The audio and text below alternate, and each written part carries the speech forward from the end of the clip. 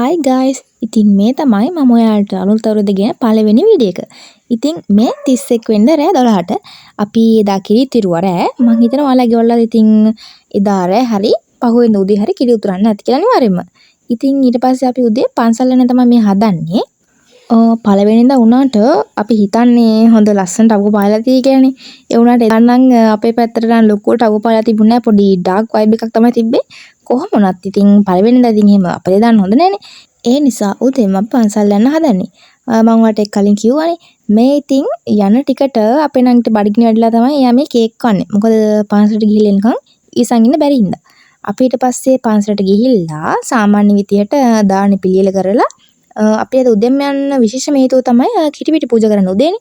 ඒක නිසා අපි ගිලන්පසයි ඒ වගේ දේවල් ලෑස්ති කරලා ගාථා කියලා සාමාන්‍ය පන්සලේ වැඩ ටික කරලා ගෙදර එන්න තමයි මේ හදන්නේ. වෙනදාට ඉතින් අපේ ගෙදර කට්ටිය විතරයි පන්සල් යන්නේ. ඉතින් ඒ වුණාට එදා අපේ ආච්චිලා දෙන්නම අපිත් එක්ක පන්සල් යන්න ආවා. ඒක නිසා ඉතින් විශේෂයි මේ අවුරුද්දේ ජනවාරි 1 වෙනිදා. අපේ පැත්තේ ගොඩක් කට්ටිය රෑ 12ට නෙමෙයි කිරි උදුරන්නේ ජනවාරි 1 වෙනිදා උදේට. ඒක නිසා අද පන්සලේ ගොඩක් කට්ටිය උදේ හිටියේ නැහැ. ඒ හින්දා මං ඔයාලට වැඩිපුර වීඩියෝස් ගත්තා. බලන්නකෝ මට හම්බුනේ මොනවද කියලා. මේ ටික මම මෙමරි බුක් එකට දාන්න තමයි අරගෙන ආවේ. ඔයාලට මම එක හදනකොට පස්සේ වෙන්නන්න. ඉතින් උදේ නම් ටක් ගාලා මේ විදිහට මේසෙ හදාගත්තේ. මොකද අපේ ඊට කට්ටියක් ආව හදිසියෙ. ඉතින් මේ දවල් කෑම එක අපි මුකුත් ස්පෙෂල් මෙනු එකක් හැදුවේ නෑ. මොකද එදා හවස අපේ නංගේ ක්ලාස් ඉතින් එයා නැතුව ලොකු මෙනු එකක් හදලා දෙන්න මොකුත් නෑනේ. ඉතින් ගින්දරි 3 ගියාද ටීවී එකේ. ඒකත් විශේෂයි. මොකද ඉස්සර අපි හැමදාම ඔක බලනවනේ. කොච්චර බලුවත් එපා වෙන්නේ නැති කතාවක් තමයි ඒ. දවල් මට තිබ්බා අපේ බයෝ ක්ලාස් එකේ පේපර්ස් වගේක් හදන්න. ඉතින් හවස් වරුවම ගිහලා ගියේ පේපර් ටික හදන්න තමයි. ඒ නිසා ඉතින් මේ ටික පත්තු කරන්න තුනේ නැහැ. අපි කමන්න අපේ හෙටට පත්තු කරමුකෝ. මේ ඊට පහුවෙන්දා. ඒ කියන්නේ දෙවෙනිදා. ඉතින් එදා හවස අපි විශේෂ කෑමක් හැදුවා. ඉස්සෝ වඩේ තමයි අපි අද හදන්න යන්නේ. ඒක ඉතින් පොඩි වෙනසකටත් එක්ක අපි ගෝල් ෆේස් එකේ දෙන විදිහට ගෙදර try කරලා බැලුවා. හැබැයි ඉතින් ලොකු වෙනසක් නැහැ. ඉතින් නිකන් කනවා වගේම තමයි. රෑ වෙලා අපි පොඩ්ඩක් මෙඩිකල් සෙන්ටර් එකට ගිහිල්ලා එන්න ආවා. ඒ අතරේ මම ඔයාලට කියන්නම් අපි හෙට කරන්න ඉන්නේ විශේෂ වැඩේ. මේක මේ අන්තිම මොහොතේ තමයි හෙට කරනවා තීරණය වුණේ. මොකද හෙට අපි කරන්නේ නැහැ කියලා තමයි හිතන් හිටියේ. හෙට අපි කිරි දානයක් දෙනවා. හැබැයි ගෙදර නෙමෙයි. ඔයාලා දන්නේ නැතිනේ ගලේ දේවාලේ. ඉතින් එතන කට්ටියට තමයි අපි මේ දාන දෙන්න හදන්නේ. ඉතින් ඒකට ඕන බඩු ටික අපි ඉදා රෑම එන ගමන් ගත්තා. ලොකුවට සූදානමක් වෙන්න අපිට වෙලාවක් තිබුණේ නැහැ. මම ඔයාලට කලින් කිව්වනේ අපි හෙට මේක දෙන්න නෙවෙයි හිටියේ. අපි ඉක්මන බරු ටික අරන් ගෙදර යමු. මොකද ලොකු වැඩක් තියෙනවා ගෙදර ගිහලා කරන්න.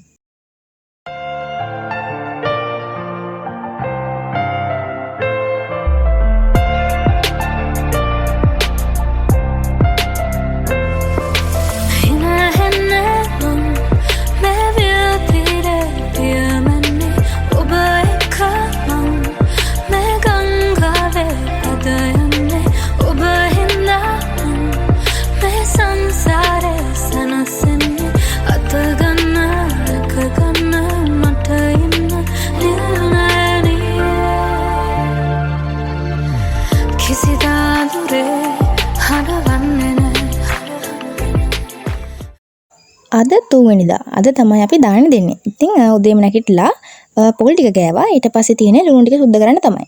ඔයාලට මම මෙතනින් පොඩි ට්‍රික් එකක් කියන්නම්. ලුණු ටික හොදලා වේලෙන්න තියලා ඊට පස්සේ කපන්න ගන්න. එතකොට අර ඇස් වලින් කඳුළු එන්නේ නැහැ. ඊට පස්සේ මයින් ගියා කැන්දකුල ටිකක් කඩන් ඉන්න. මොකද අද පොය නිසා ඔක්කොම කඩවල් වහලා.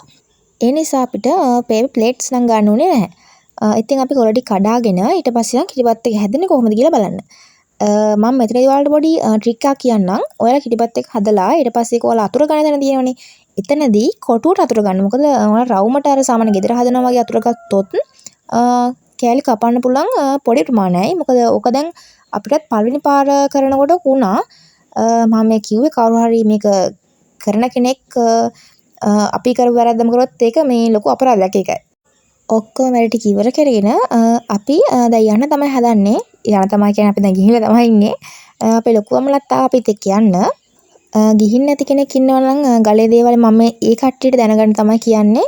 ඔය වගේ තැනක් තියෙන අපිට එතනට ගිහින් අපි ගෙනපු කෑම ටික අනික් කටියට බෙදලා දෙන්න පුළුවන්. සාමාන්‍ය සෙනගේ වැඩි දවස්වල අපි මෙහෙම දානයක් දෙන්න ගියොත් මෙතන ගොඩක් වෙලා අපිට කැම ටික තියාගෙන පොලිමේ ඉන්න වෙනවා අනික් කට්ටිය බෙදලා ඉවර වෙනකන්. හැබැයි අපේ වෙලාව හොඳයි. අද අපිට නම් පොලිමේ ඉන්න හම්බුන්නේ නැහැ. මොකද ගොඩක් කට්ටිය හිටියේ නැහැ අද දාන දෙන්න. ඒ වුණාට ගොඩක් සෙනගටන් හිටියා. සාමාන්‍යයෙන් සෙනසුරාදා බදාදා වගේ දවස්වල ගොඩක් සෙනග වැඩි. ඔයාලා සෙනග ඉන්නකොට යන්න අකමැති කෙනෙක් නම් ඉන්නේ වගේ දවස් මග ඇරලා වෙන දවසක යන්න. ඔයාලට අපි මේ ටික බෙදන අතරේ මම කියන්නම්. අපි කිලෝ 5කින් තමයි කිරිබත් ටික හදාගත්තේ. මොකද මම අර කලින් කිව්වා වගේ අපි මේක ලොකුවට සූදානම් වෙලා කරපු දෙයක් නෙවෙයි. කිලෝ 5කින් අපිට කිරිබත් කෑලි සාමාන්‍යයෙන් ඔය පේන සයිස් එකේ අපිට 85ක් වගේ කපා ගන්න පුළුවන් වුණා. අපිට ගොඩක් වෙලා ගියේ නැහැ මේ ටික කටියට බෙදලා දෙන්න. විනාඩි 5ක් විතර යද්දී ඔක්කොම ටික ඉවර වුණා. මට කලින් කියන්න අමතකුණා කිලෝ 5ක කිරිබත් වලට අපි ලුණු මිරිස් හදනවා නම් සීනි සම්බුල් නැතුව සාමාන්‍යයෙන් අපි කිලෝ 2ක් ගත්තා. ඒ වුණාට අපිට ටිකක් අඩිපු ඉතුරුණා. සාමාන්‍යයෙන් කිලෝ 1.5ක් ඇති. අනිත් එක අපි අද මේ දානේ දෙන්නේ අපේ වාරයක් ඔප්පු කරන්න. ඒ වගේ වලට මීට අමතරව කිරිබත් නැතුව වෙන කැමති දෙයක් ඕන නම් දෙන්නත් පුළුවන්. ගොඩක් අය වෙන වෙන දේවලුත් දෙනවා. ඔයාලට මම වීඩියෝ එක ඉස්සරහට පෙන්නන්නම්. අපිටත් ඒ අනික් කට්ටිය දුන්නේව හම්බුණා. ඒ වගේ වෙනස් ඔයාලා දෙන දේ ඉතින් ඔයාලගේ choice එක අනුව වෙනස් කරගන්න පුළුවන්. ඒක ප්‍රශ්නයක් නෑ මෙතන කාගෙන්වත්. දන්නේ නැති කෙනෙක් ඉන්නවා නම් කියලා හිතලා මම මේ කියන්නේ. මෙතන මේ පරිපාලන මණ්ඩලයෙන් එහෙම අවසර ගන්න ඕනේ නැහැ. මෙහෙම දානයක් දෙනවා එහෙම කියලා කලින් එහෙම අවසර ගන්න ඕනේ නැහැ ඔයාලට. හිතුනොත් එහෙම දෙයක් මම දෙන්න ඕන කියලා. ඒක ප්‍රශ්නයක් නෑ. ඔයාලට අවිල්ලා මේ දෙන්න පුළුවන්. ඒක කාගෙන්වත් එහෙම අවසර ගන්න ඕනේ නැහැ. මොකද මේක හරි සාමාන්‍ය දෙයක් මෙතන මේ ඒ වගේ දානමාන කරනවා කියන එක.